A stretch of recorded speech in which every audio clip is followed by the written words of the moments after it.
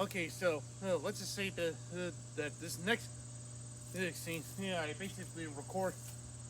It was literally right here on this bench here, and I basically had to do like so many different multiple takes of me just like sitting down, just thinking about my thoughts and dealing with a lot of mixed emotions, but also had to do another recording with two puppets.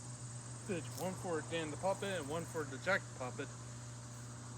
And they were basically just sitting on the bench here because they had to do like a lot of conversation about life itself.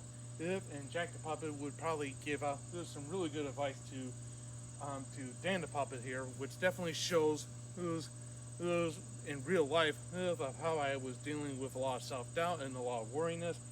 And with Jack the Puppet talking to Dan the Puppet, that basically resembles to like any family member, friends, neighbors, or anybody else, just to show a little bit of support and a little bit of help. It can definitely get you out of your struggle and a lot of worriness and stuff. So this scene I had to do it like I had to like perform a lot of puppetry like outside here, and this was like my first time of literally just like performing puppets for like outside doors. It's like literally just outdoors for a little bit. It's one of those like new things I literally had to do while doing a lot of the Puppeteers this like journey like series and the movie itself here. So how we see I had to do a lot of the camera movement on my iPad here. So as you can probably see, there's a lot of different like camera movement then for sure. And then once you basically like do this turn here. Okay, so right along in here, I would basically just walk behind this tree here, as you're probably gonna see right now. So I take like one step right behind it, and then once you see like the transition, since I was like standing right behind the tree here, then I would basically turn around